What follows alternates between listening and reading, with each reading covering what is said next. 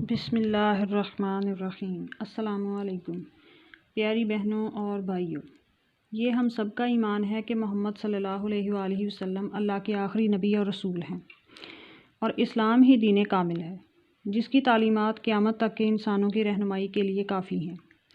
دین اسلام کے بعد کسی مذہب کی ضرورت باقی نہیں رہتی، اور نہ ہی جناب محمد صلی اللہ علیہ وآلہ وسلم کے بعد کسی نبی یا رہنما کی ضرورت ہے۔ محمد مصطفیٰ صلی اللہ علیہ وآلہ وسلم سے پہلے جتنے نبی دنیا میں آئے، سب نے آخری نبی صلی اللہ علیہ وآلہ وسلم کی آمد کی خبر دی، اور تمام مذہبی کتابوں کے اندر نبی آخر الزماں صلی اللہ علیہ وآلہ وسلم کی آمد کے حوالے سے پیش گوئیاں کی گئیں۔ حتیٰ کہ ان مذہبی کتابوں کے اندر بڑے پیمانے پر تبدیلیوں کے باوجود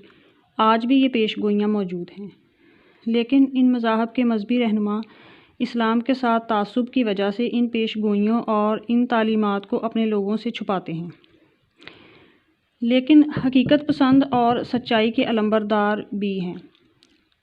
جو کھل کر سچ بولنے میں عار محسوس نہیں کرتے،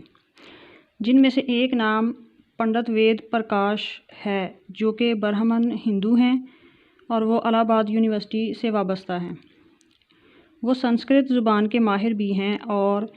انڈیا کے ایک معروف اسکالر بھی ہیں۔ پنڈت وید پرکاش نے کالکی اوتار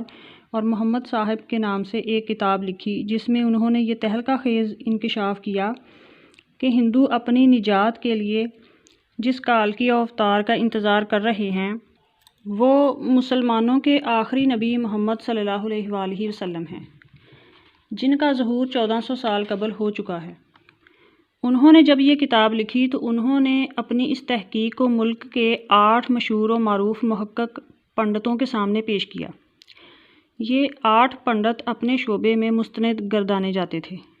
ان پنڈتوں نے وید پرکاش کی کتاب کا بغور مطالعہ کیا اور تحقیق کے بعد اس بات کو تسلیم کر لیا کہ اس کتاب میں پیش کیے گئے حوالہ جات مستند اور درست ہیں، کیونکہ وید پرکاش نے یہ حوالے کہیں اور سے نہیں بلکہ اپنی ہی مذہبی کتابوں سے لیے تھے، اور پنڈتوں کی اس تحقیق کے بعد یہ کتاب 1970 میں شائع کر دی گئی۔ برہمن پنڈت وید پرکاش نے اپنی اس تحقیق کا نام کالکی اوتار یعنی تمام کائنات کے رہنما رکھا ہے۔ دراصل ہندو مذہب کی مقدس کتابوں میں ایک عظیم رہنما کا ذکر ملتا ہے جسے کالکی اوتار کا نام دیا جاتا ہے، اور پنڈت وید پرکاش نے گہری تحقیق کے بعد یہ دعویٰ کیا ہے کہ اس کالکی اوتار سے مراد حضرت محمد صلی اللہ علیہ وآلہ وسلم ہیں۔ ان کا کہنا ہے کہ دنیا بھر کے تمام ہندوؤں کو اب کسی اور کالکی اوتار کا انتظار کرنے کی ضرورت نہیں ہے، بلکہ اس کے لیے انہیں محض اسلام قبول کرنا ہوگا اور آخری نبی صلی اللہ علیہ وآلہ وسلم کی تعلیمات کے مطابق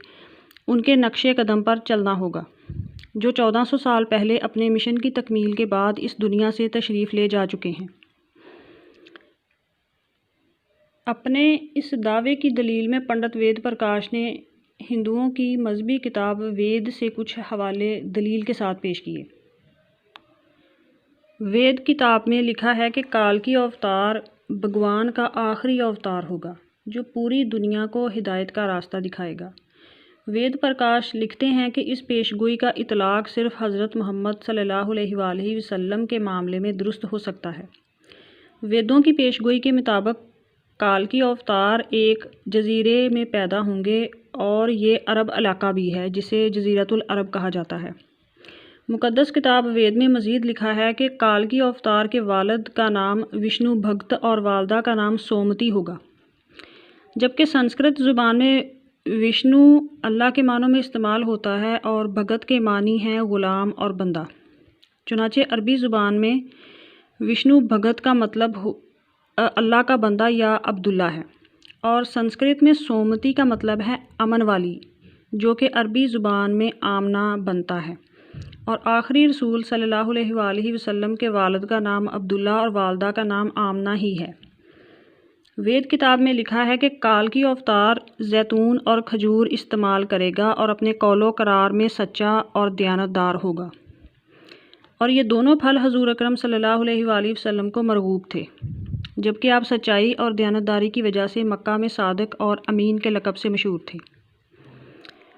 اس کے علاوہ وید کے مطابق کالکی اوتار اپنی سرزمین کے سب سے معزز خاندان میں ہوگا، اور یہ بھی محمد صلی اللہ علیہ وآلہ وسلم کے بارے میں سچ ثابت ہوتا ہے، کیونکہ آپ کا تعلق قریش کے سب سے معزز اور اعلیٰ خاندان سے تھا، جس کی پورے عرب میں بہت عزت و توقیر تھی، اور شام اور عراق تک اس قبیلے کو جانا اور پہچانا جاتا تھا۔ ہندوؤں کی مذہبی کتاب میں یہ بھی لکھا ہے کہ بھگوان کالکی اوتار کو خصوصی قاصد کے ذریعے ایک غار میں پڑھائے گا۔ اس معاملے میں یہ بھی درست ہے کہ محمد صلی اللہ علیہ وآلہ وسلم مکہ کی وہ واحد شخصیت تھے جنہیں اللہ پاک نے غار حرا میں اپنے خاص فرشتے حضرت جبرائیل کے ذریعے تعلیم دی۔ اس کے علاوہ ہندوؤں کے بنیادی عقیدے کے مطابق بھگوان کالکی اوتار کو ایک برق رفتار گھوڑا عطا فرمائے گا، جس پر سوار ہو کر وہ زمین اور 7 آسمانوں کی سیر کر آئے گا،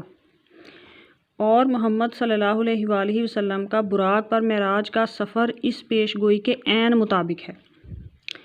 اس کے علاوہ یہ بھی لکھا ہے کہ ہمیں یقین ہے کہ بھگوان کالکی اوتار کی بہت مدد کرے گا اور اسے بہت طاقت اور قوت دے گا، جیسا کہ جنگ بدر میں اللہ پاک نے محمد صلی اللہ علیہ وآلہ وسلم کی فرشتوں کے ذریعے سے مدد فرمائی، اور ان کی ساری مذہبی کتابوں سے یہ پیش گوئی ملتی ہے کہ کالکی اوتار گھڑ سواری، تیر اندازی اور تلوار زنی میں ماہر ہوگا۔ اس پیش گوئی پر پنڈت وید پرکاش نے بڑا خوبصورت تبصرہ کیا، جو تمام غیر مسلموں کے لیے بڑا اہم اور قابل غور ہے۔ وہ لکھتے ہیں کہ گھوڑوں اور تلواروں اور نیزوں کا زمانہ بہت پہلے گزر چکا ہے، اب تو ٹینک، توپ اور میزائل جیسے ہتھیار استعمال میں ہیں، لہٰذا یہ عقل مندی نہیں ہے کہ ہم اس دور جدید میں تلواروں، نیزوں اور برچھیوں سے مسلح کالکی اوتار کا انتظار کرتے رہ جائیں۔ حالانکہ حقیقت یہ ہے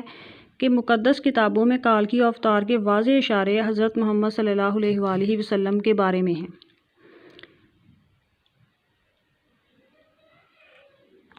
جو ان تمام فنون میں کمال مہارت رکھتے تھے۔ ٹینک، توپ اور میزائل کے اس دور میں گھڑ سوار اور تیر انداز کالکی اوتار کا انتظار کرنا سراسر حماقت ہے۔ لیکن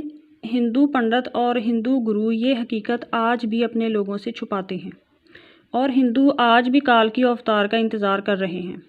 اب ہندوؤں کو چاہیے کہ اپنی مذہبی کتابوں کی خود ڈیپ اسٹڈی کریں اور حقیقت کو سمجھنے کی کوشش کریں،